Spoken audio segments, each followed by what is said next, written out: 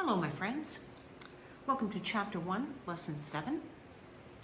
Today we're going to talk about ordering and comparing numbers that have decimals in them.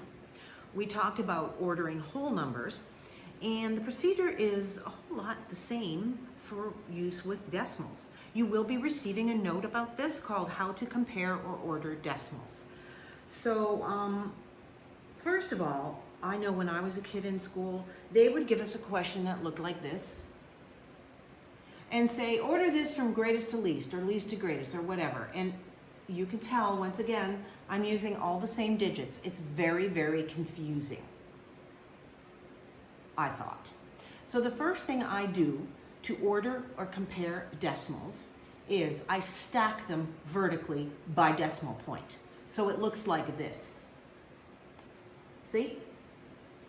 Now, for those of you that think, oh, I'm going to do this in my head when they're done horizontally like this, good luck to you. It's difficult to do, and it's easy to make a mistake. Now, in your My Math book, the first part of your assignment today, they use number lines, and number lines are absolutely fine for learning. They will ask you to put each number on the number line, and then it's easy to see which one's greater and which one's less, and that's fabulous.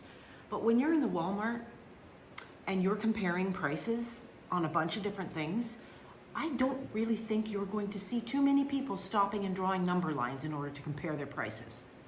So it's good for learning so you can see, but it's not really practical for real life. And fifth grade math is the math of real life. So I want you to be able to use these skills in your everyday life. And shopping is a huge thing. So please don't think you're going to whip out a number line and start comparing prices, because it doesn't happen. So if you have all of your numbers, your first step is to list them, line them up vertically by decimal point, which I have done here. Now it is clear that not all of these numbers are the same, have the same number of digits. In fact, these two are shorties. I like to call them shorties. And I can do that because I myself am a shorty. So the next thing you do is you annex zeros, a very fancy word that I just learned from My Math. And what that means is you just pad these with zeros right here to make them the same length. So now all my numbers are the same length, right? They're all 3 digits. The next thing that I like to do is I kind of ignore the decimals for now.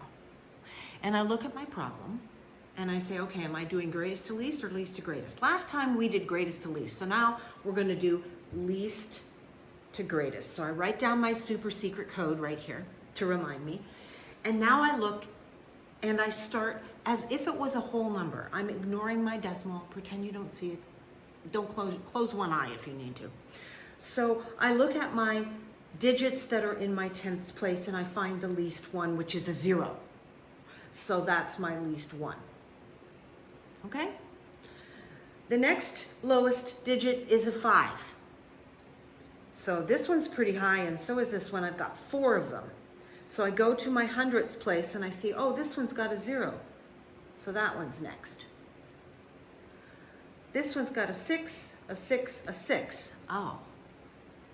So I go to my thousandths and I see, oh, these two, oh, they're the same.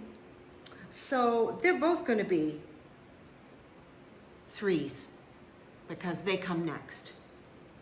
Then this one would be my 4th.